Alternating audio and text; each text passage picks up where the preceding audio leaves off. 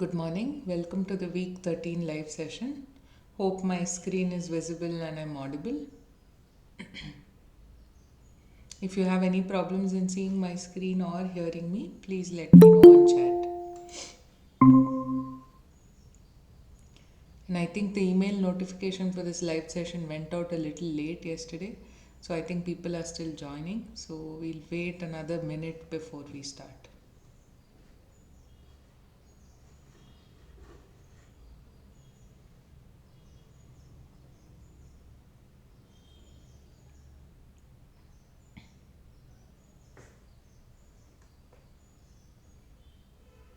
Good morning. Hope you guys are preparing well for the exam. It's next week, is it?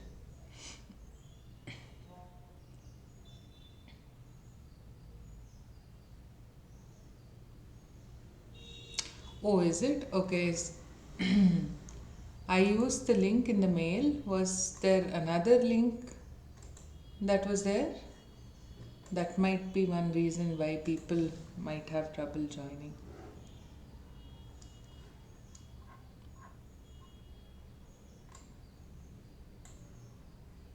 Let me take a look. I think there were two emails for live sessions because both the revision live sessions are today. One is this one and the other one is probably 6 to 8 or something like that. So that might be the reason for people's confusion. Yeah. Okay, let's get started. Hopefully they figure out that this is the right link. Okay, so today we will mainly discuss the doubts that you guys have asked in the previous sessions. So I've kind of merged it and ordered it week by week. So we will not have a separate problem solving and a separate recap. All the questions that are asked, whether it's conceptual questions or problems, will be discussed together. I'm not sure how long this will take, may not go on for the full 1 hour, full 2 hours. So we'll see around the 1 hour mark, around 11. If I still have a lot of slides to cover, we can take a 5 minute break as usual and resume. If not, I will try to finish off by 1.5 hours so that you guys can also get some time. I'm sure all of you are studying and it's a very busy period and you have one whole live session today. So I'll try to give you back some time. So with that, let's get started. So the first question was, what is privileged or non-privileged mode in VM, right? So before going to the VM part of it, we'll talk about what is privileged mode. So privileged mode is also known as kernel mode. So this is an OS level concept, right? It exists independently with regardless of virtualization. So in an OS, what does privileged mode mean, right? So let's even talk about the evolution of this. Why is there this notion of a privileged and a non-privileged mode? So if you had access to everything on the system, if an application had access to everything on the system, it could use the resources however it wants. It has access to the memory, it has access to the storage. Then there might be some security and uh, mostly, whether the system itself can be brought down by this process, right? So let's say one application or one process is running and it decides to do something that's harmful to the system. Now, because this process has the right or has the access to do anything it wants, there is no way for anyone to stop whatever the process is doing. The process might run a while loop that goes on infinitely, and the system will just do that. There's no way to take back control. So, this was the reason there was this notion of privilege introduced, right? So, all operations that you could do were split into two parts. One is non privileged operations, and one more is privileged operations. So anything that could compromise the system itself, right? Typically hardware, resource access, things like that, are called privileged operations. And there is a bit called mode bit or privilege bit that is set when the processor switches to this privileged mode. So typically what is done is the OS executes these privileged operations, and the processes can directly execute only non-privileged operations.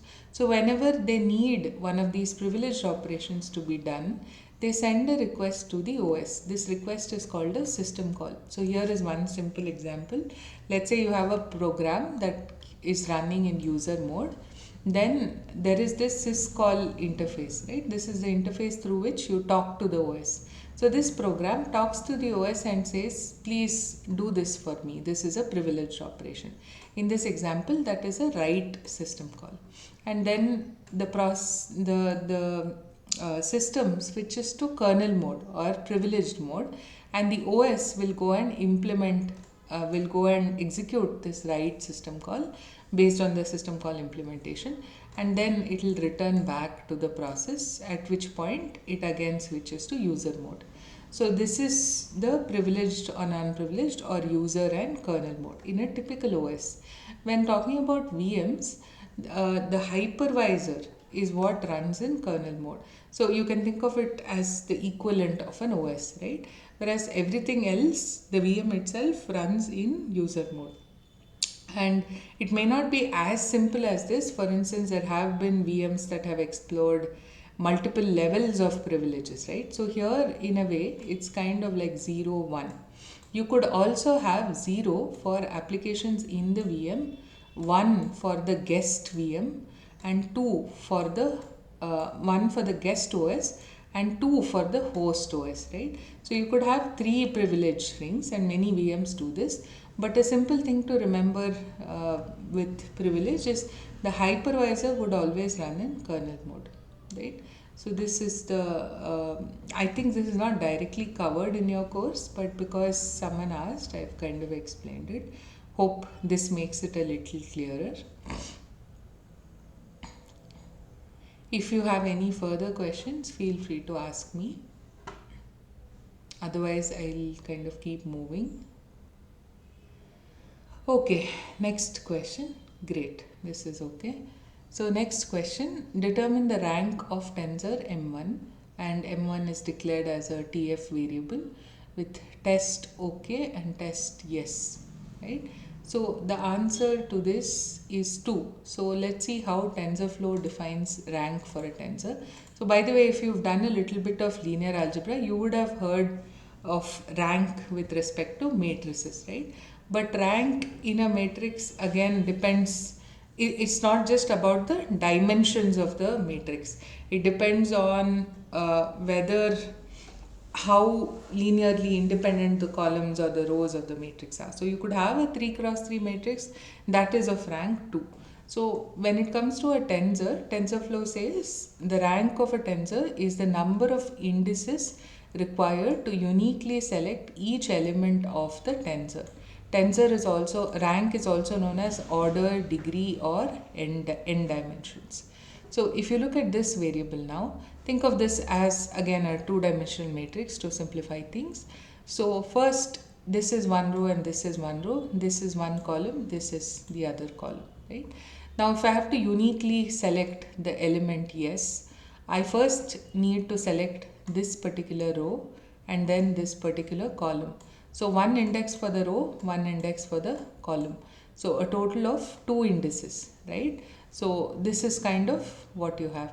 So for this tensor, the rank is 2. Again, this is not discussed in class, but when such questions are asked, try to use what knowledge you have about these terms to maybe figure out or take a calculated guess rather than a blind guess, which is to say, okay, maybe I pick C and that's the answer.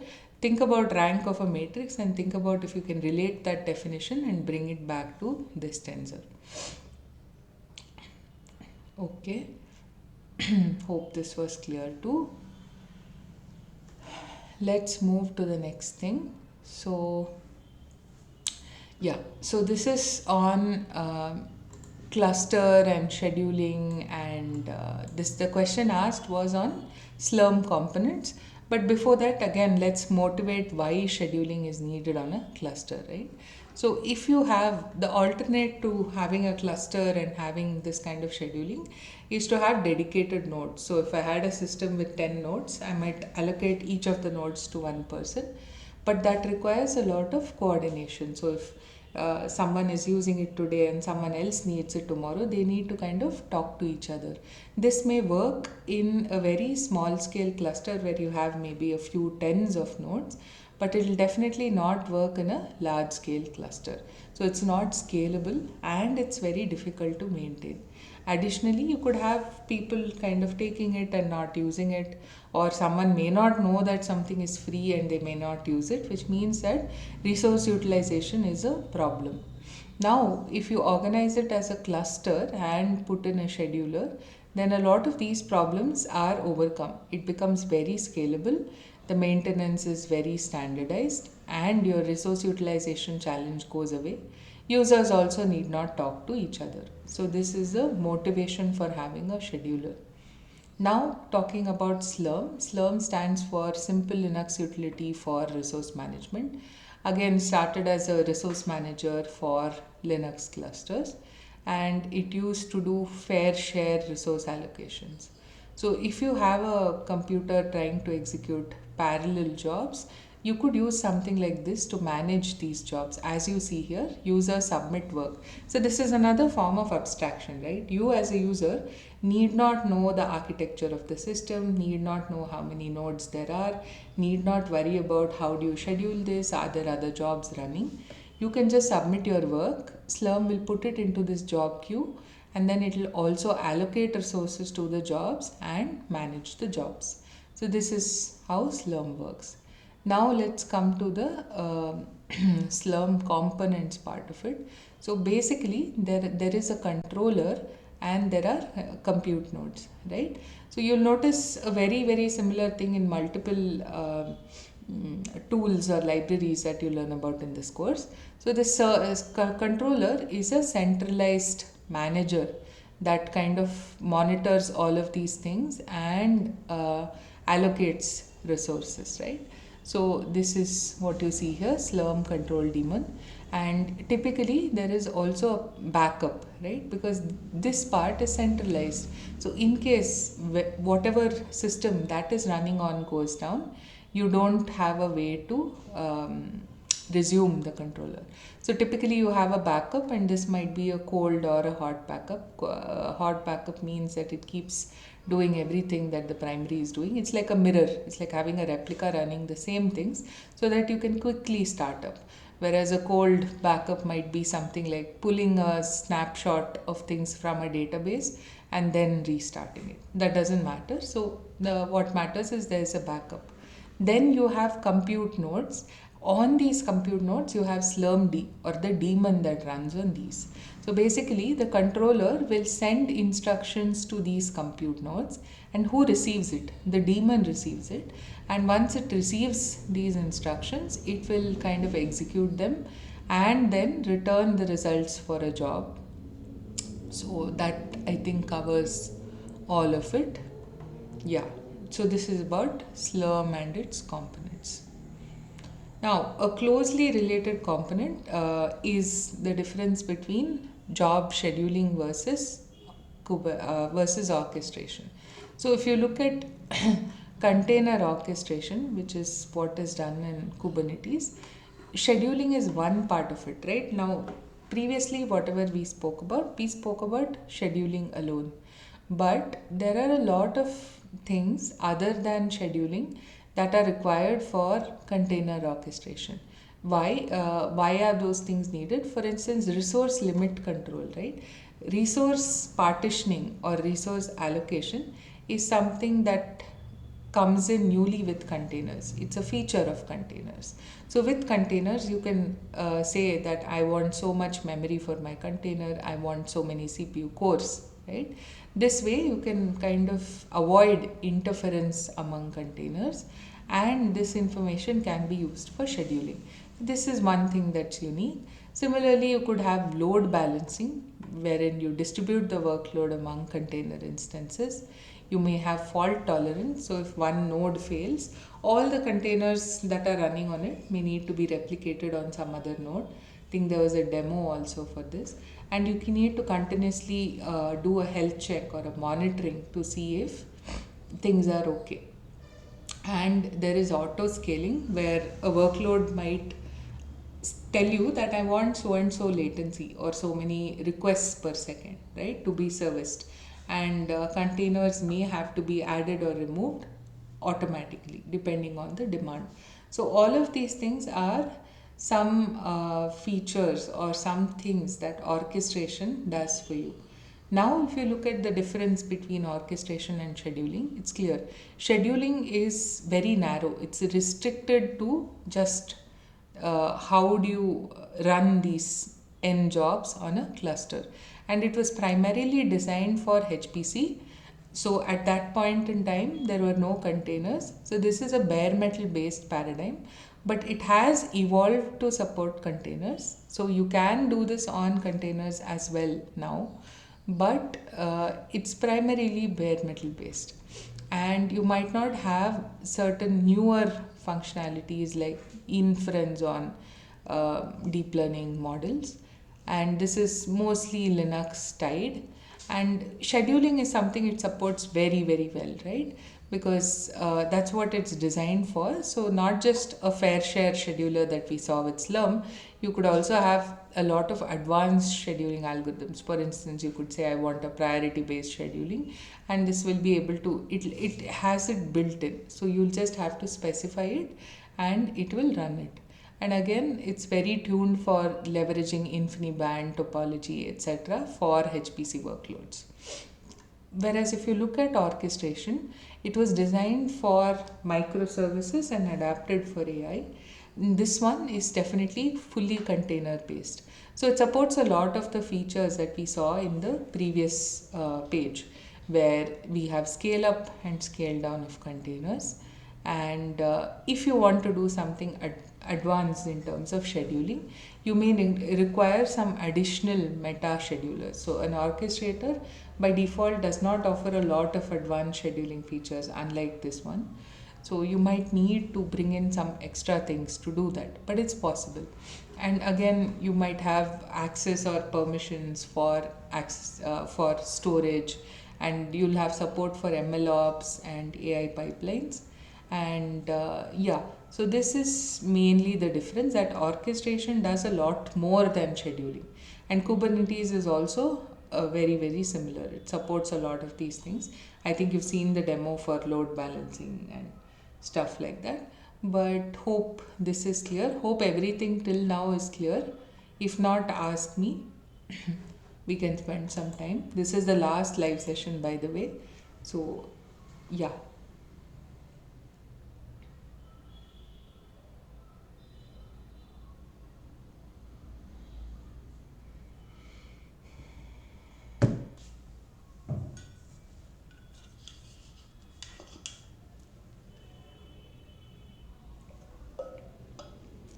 Okay, I'm assuming it's clear. Let's move forward. Okay. From a software background, hardware side, not in depth. Yeah, that's all right. I think this course is interdisciplinary, so anybody who comes from any background will find some aspects of this course a little challenging to understand. That's okay. If you want, you could look at a little bit more details on orchestration and Kubernetes. That will help you, and look for maybe demos for all of these, like the load balancing demo, and that should also help. Let me see if I find some resources. Excuse me.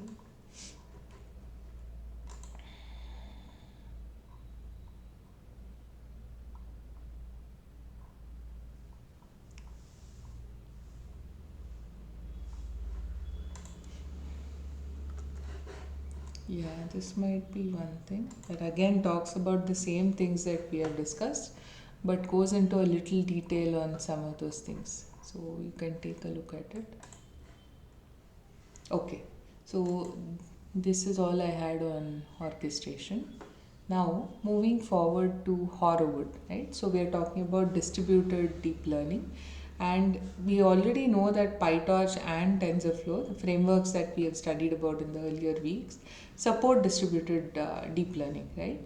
So, why do you need Horowitz? So, it is something, yeah, out of Docker and Kubernetes, which is the best? Docker, I think, does not give you a lot of orchestration of containers. So it's a basically a containerization toolkit, and I think Swarm, Docker Swarm, provides you some orchestration capabilities.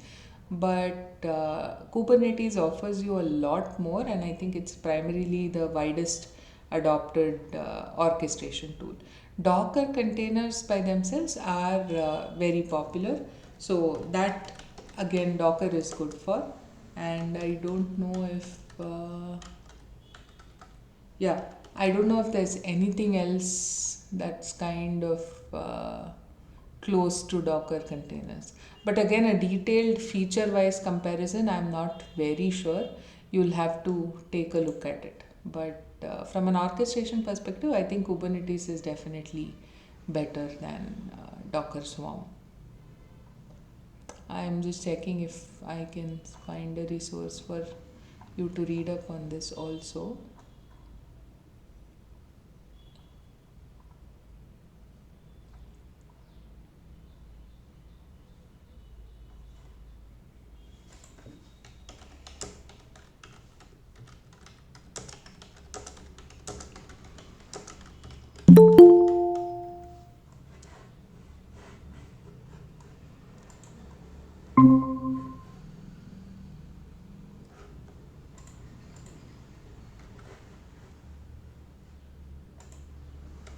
Yeah, this might be useful.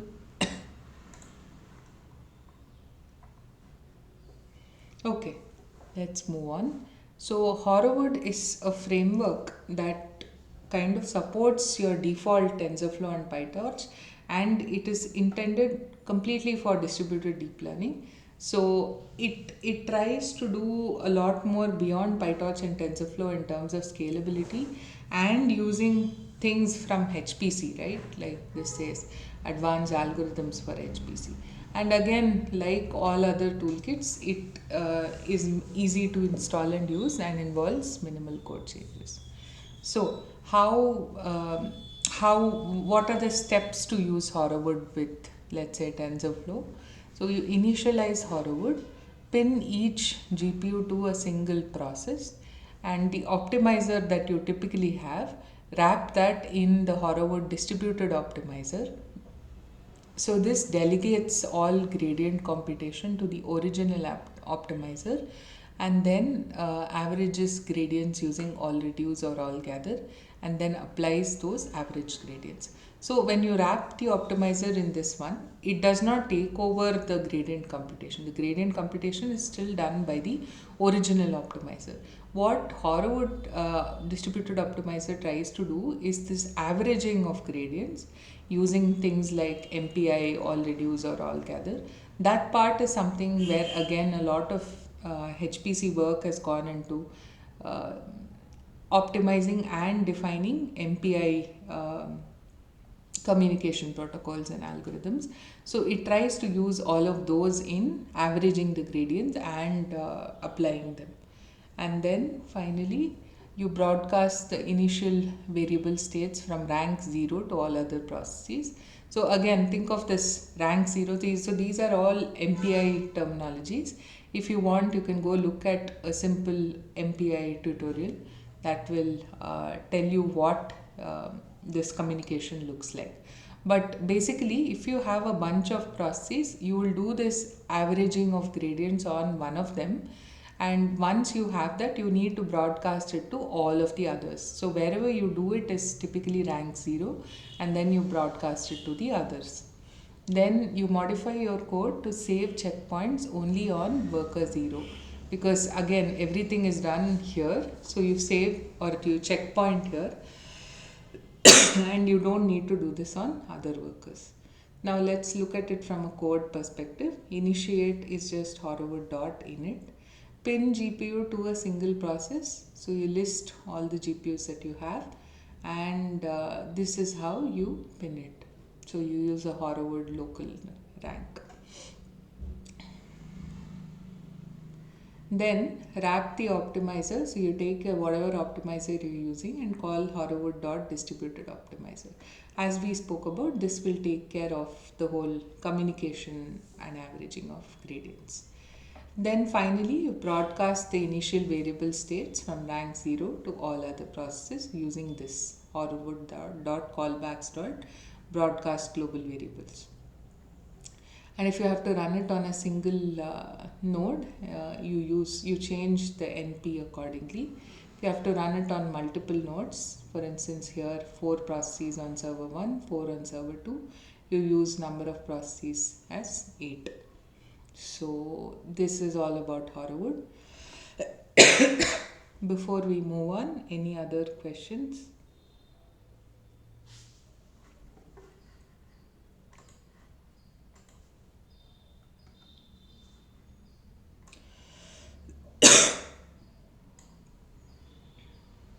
Okay, if not. So the other question that was asked was design principle for building high performance clusters. Again, this is like one half of week 3, right? So I don't think it's possible for us to go through all of that in a revision class.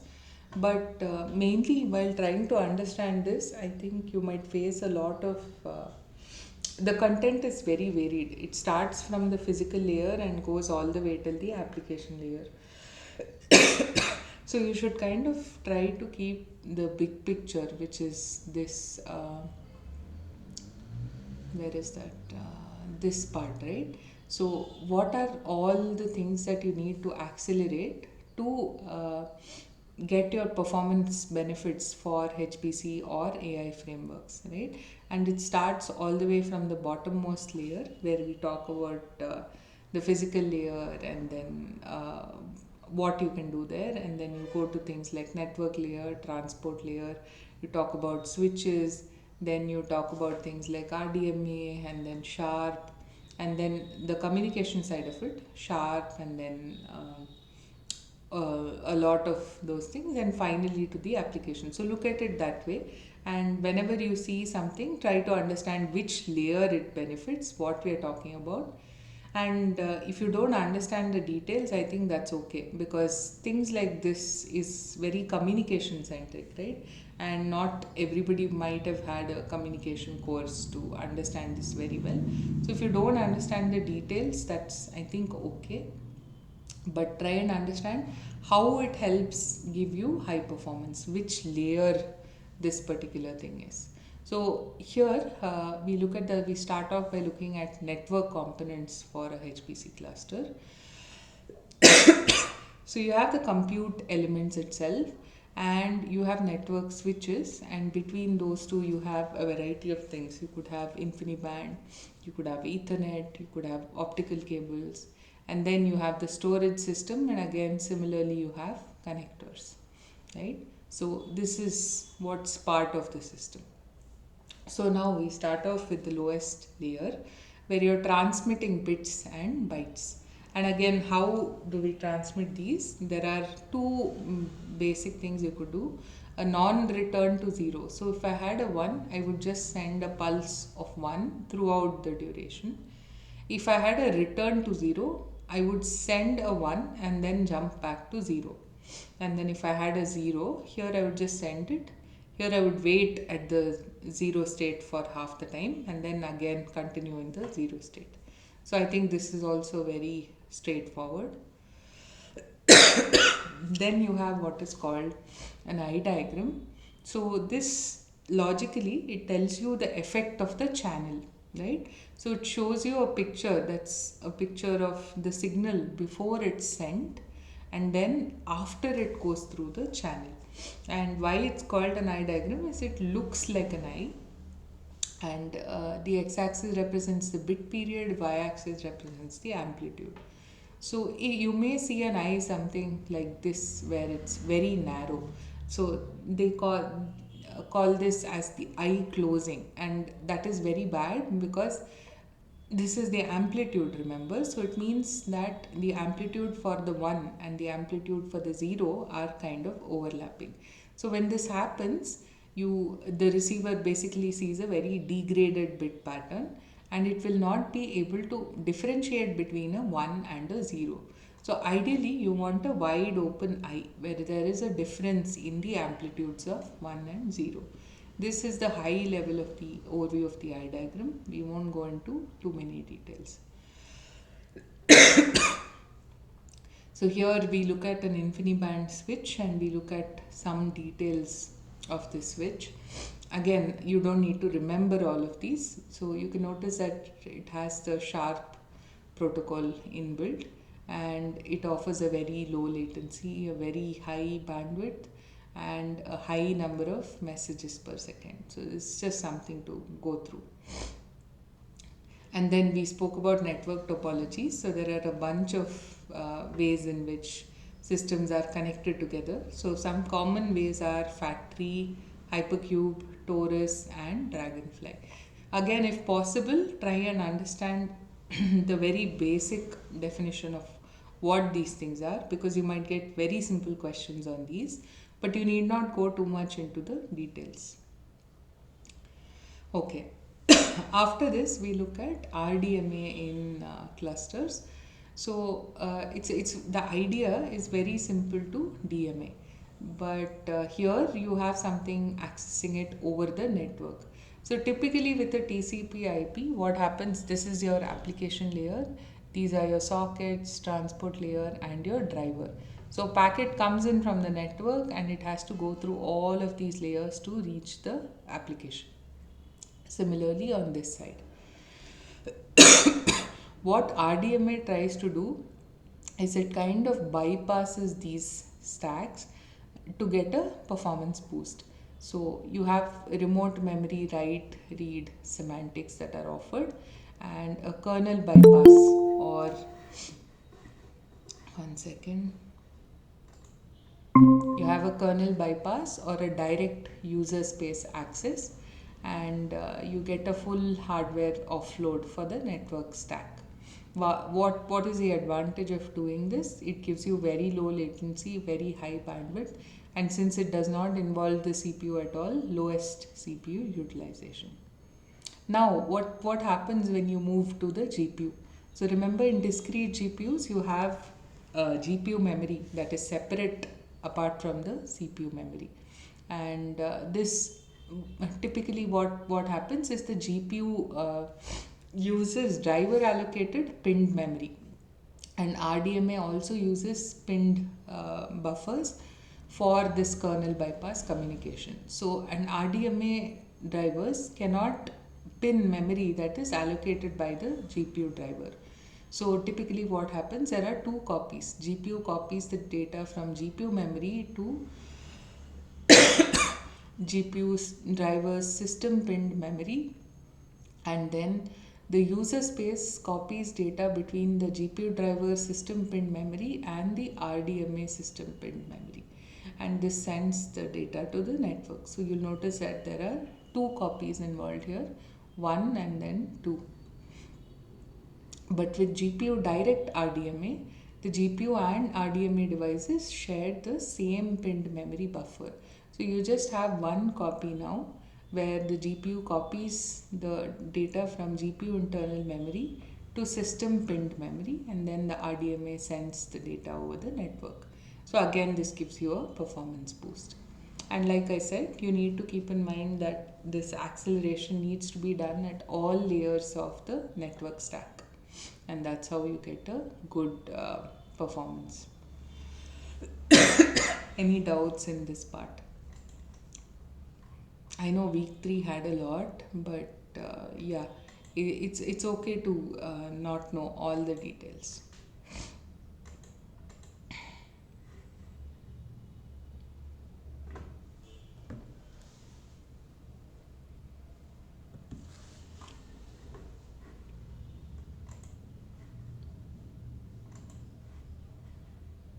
Okay, we have a question. What is the importance of transport layer? Yeah, let's take a look at what was there in your transport layer.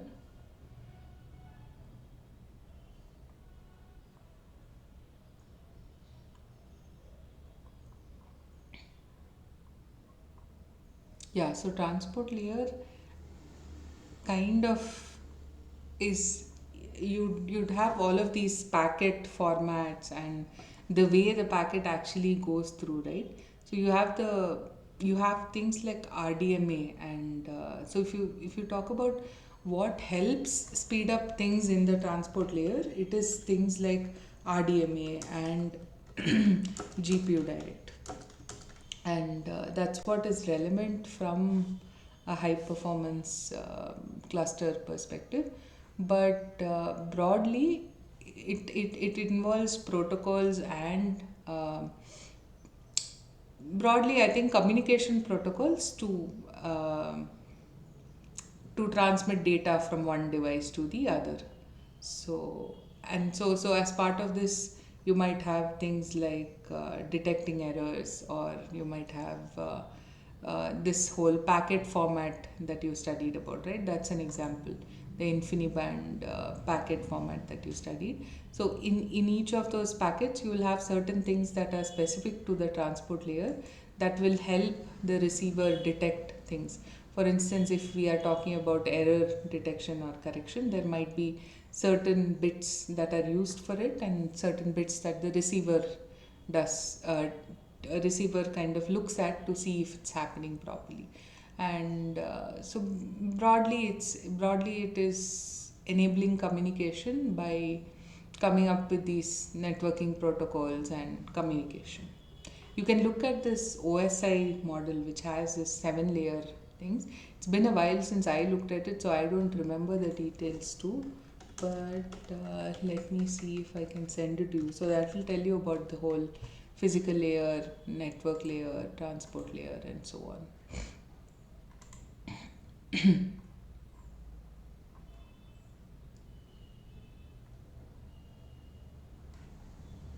And some common transport layer protocols are TCP, UDP, things that you might have heard of. But I'll send you a link that will probably help you understand what each layer does. It's not crucial to understand this week's contents, but it may help you understand better. Okay, so with that, we'll move on to DL Prof and Catalyst. So before we go to Catalyst, we'll talk a little bit about DL Prof itself. So it stands for, yeah,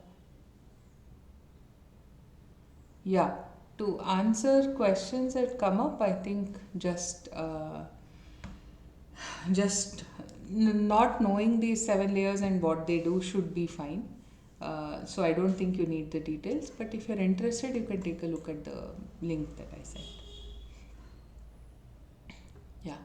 So DL Prof is a deep learning profiler. It comes with a CLI and a viewer. So basically, it helps a user understand and improve performance of their deep learning models. So you have a CLI based version, which internally uses the NVIDIA's Nsight Systems profiler, and it correlates CPU and GPU profiling data from a given run and gives you things like tensor core usage and for various operations and kernels. It identifies performance issues and gives you recommendations.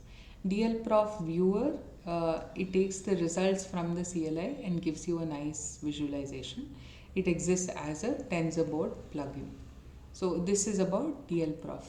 Now coming to Catalyst, it is a framework that's meant to accelerate deep learning based on PyTorch. So you can write code with PyTorch and accelerate it with Catalyst. So what are some things that Catalyst supports? So this train and inference loop that you have, that's a very simple abstraction to use. You also have callbacks. For instance, you can write a callback to log some information at the end of every epoch, things like that, custom things that you want to do at certain stages. And then you have configuration files for all the model and data hyperparameters, and it supports a bunch of hardware backends. So, what is this universal chain and inference loop that we're talking about? It uses this runner abstraction, right? So, basically, it takes all the logic or all the things that you need, like the model, the training, what you want to do with the batch, how you want to log the metrics, how you want to monitor it, and you can use it as a for loop wrapper. So I think we have an example here. So this is how you would write code in PyTorch. So for epoch in whatever number of epochs you want to run, for every batch in the data loader, then you take the batch, then you do a forward pass on it, you calculate the loss, you do a backward pass, then you ask the optimizer to update or take a step based on the loss, and then zero out all the gradients. Whereas with Catalyst, it is one single, you create a runner first and you call runner.train and you give it everything here. So this is so much cleaner in a sense. You give it the model, the criteria, the optimizer, the data loaders, number of epochs, the log directory, and tell it to log everything. So this is a lot cleaner and it's more abstract way of doing things, right?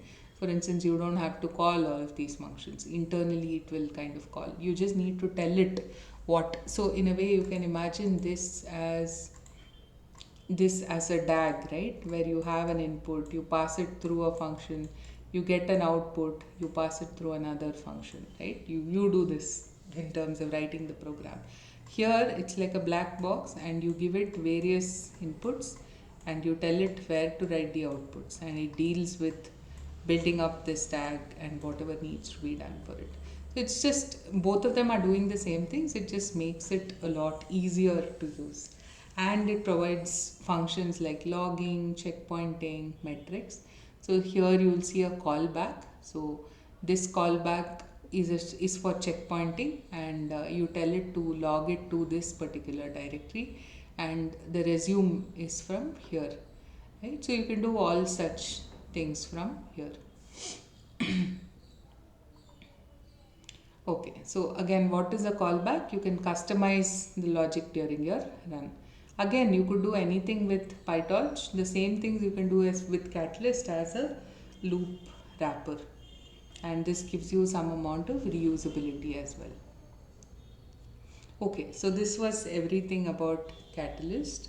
So I am looking at the slides I have, and I think we will be finishing in close to an hour. So we'll skip the break today so that you guys can like go early. But any questions so far?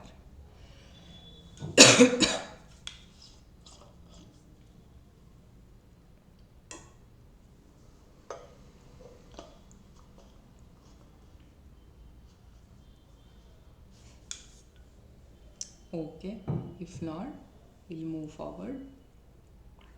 So this was about the XLA in TensorFlow. So XLA is an optimizing compiler that operates on an intermediate representation called HLO, and it supports various backends or hardware like CPU, GPU, TPU. And so basically what it does is it performs some target dependent optimizations, right? Some hardware dependent optimizations. And this is what that flow looks like. But if you look at this HLO IR, it has around 50 available operators. This is one of the disadvantages, and you'll see it later as well, right?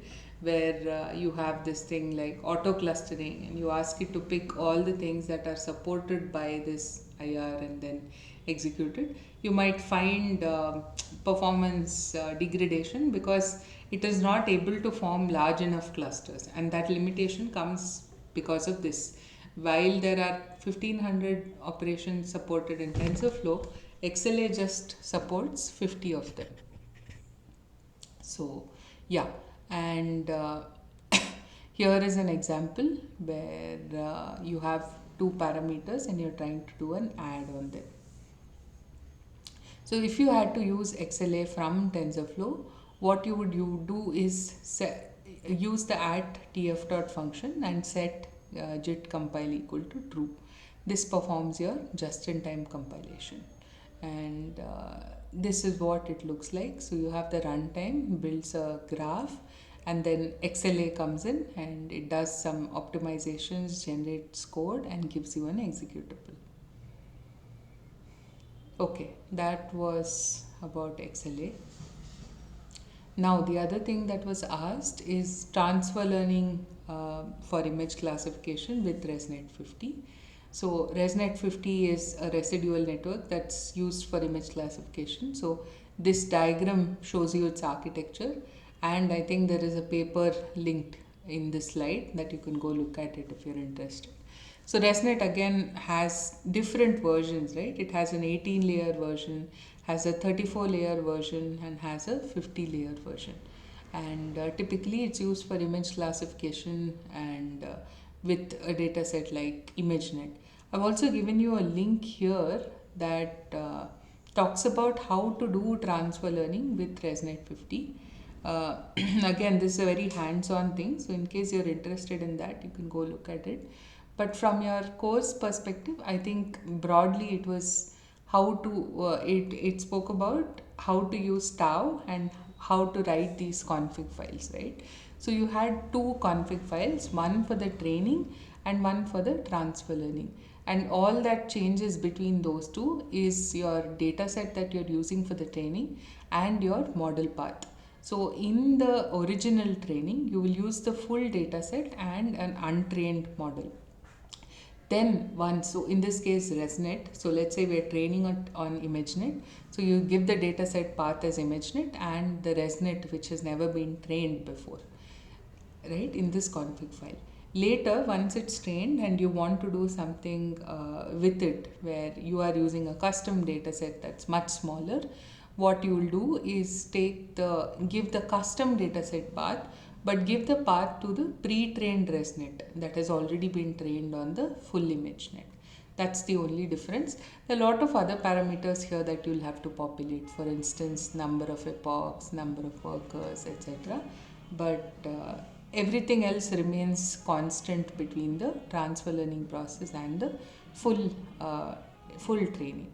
So why we do transfer learning? We want to utilize all the things that the model has learned when it was trained on that big data set to do something very similar for us, but on a different data set. Any questions on this?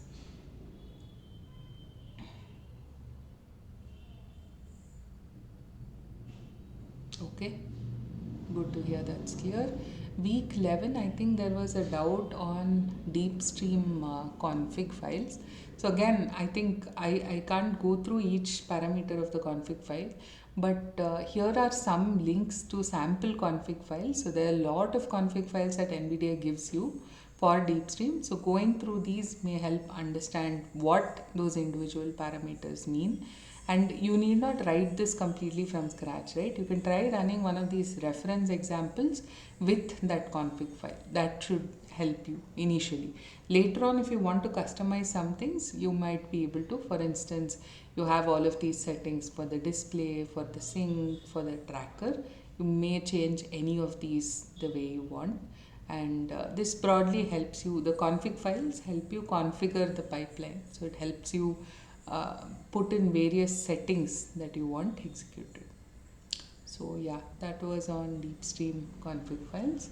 And the last question I think was on week 12. What is the TD IDF? Okay, 1 second.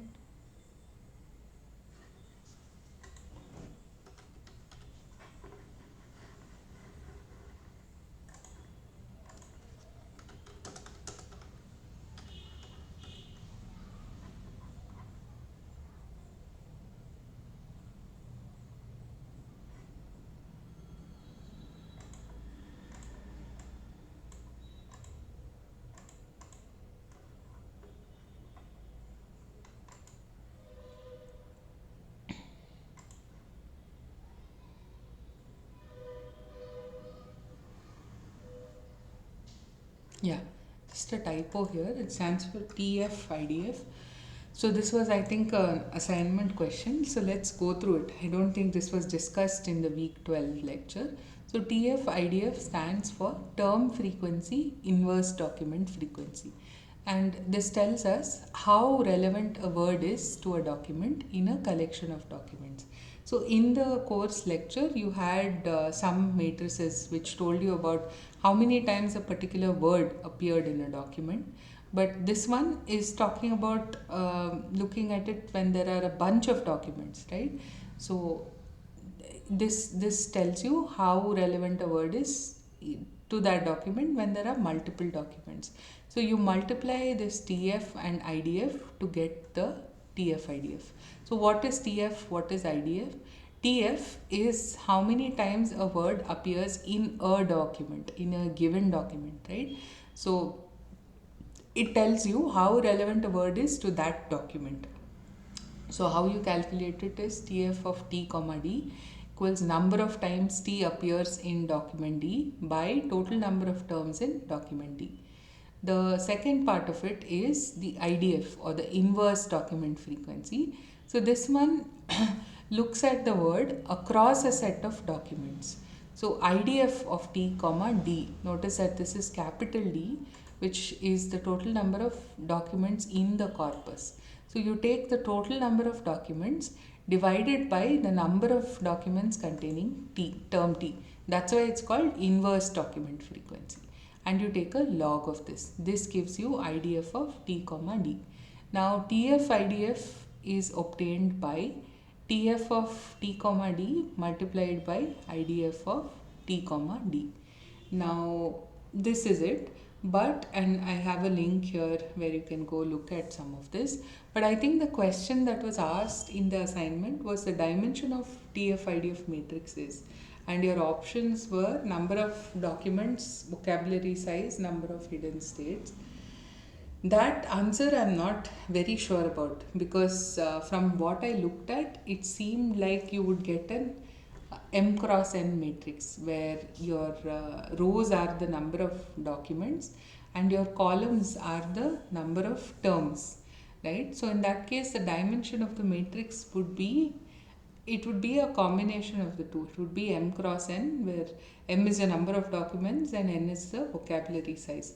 So I'm not sure if the answer is correct, but yeah, I couldn't find a version of the TF-IDF calculation which said the dimension is just number of documents in the corpus. So I'm not very sure about that. Yeah, that's the question I looked at too. I'm not very sure how that answer is or why it's correct. And since this is the first year this is introduced, I don't have a lot of previous questions to also go look at. So if this something like this is asked in the final exam, look at the options that you have and then take a call. But as far as I can figure out now, it's not just number of documents. It the dimension is both the number of documents and the number of words itself. And this was not explained in the course lecture also, so I'm not sure if they are referring to some slight variation of this term. But this is what I could find typically used in NLP. Okay, with that, I think we come to the end of it. We're exactly at the 1 hour mark. So, thank you so much for attending all the sessions throughout and keeping it interactive. Hope it helped you understand most of the things that were explained in the course. And good luck for your upcoming exams. Hope all of you get good scores that you're happy with. And yeah, thank you. I'll hang around for a minute or two to see if anyone else has any other final comments or questions. If not, you can drop off, and good luck for the exam.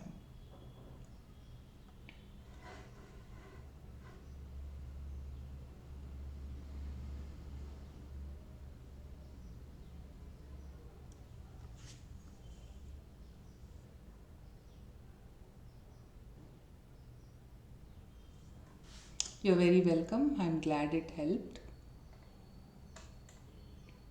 All the best for your exam. Thank you.